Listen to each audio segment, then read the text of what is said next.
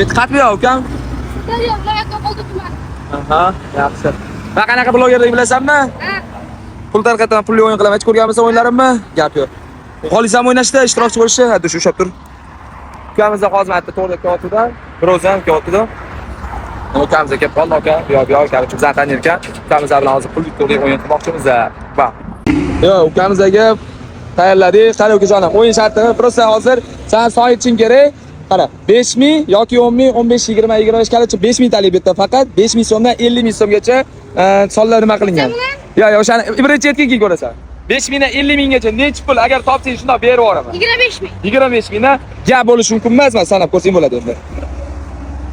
25000 dollari nechi puligini sanab ekan.